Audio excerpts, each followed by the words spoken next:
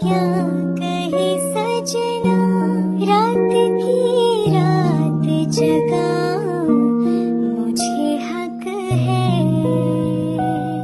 আসসালামু আলাইকুম everyone, welcome back to my page. সবাই কেমন আছেন? আজকে সন্ধ্যায় আমি খাচ্ছি লাচ্চা সেমাই, তাই ভাবলাম আপনাদের সাথে একটু শেয়ার করি। আপনারা সবাই কেমন আছেন, কি দিয়ে নাস্তা করছেন অবশ্যই জানাতে পারেন।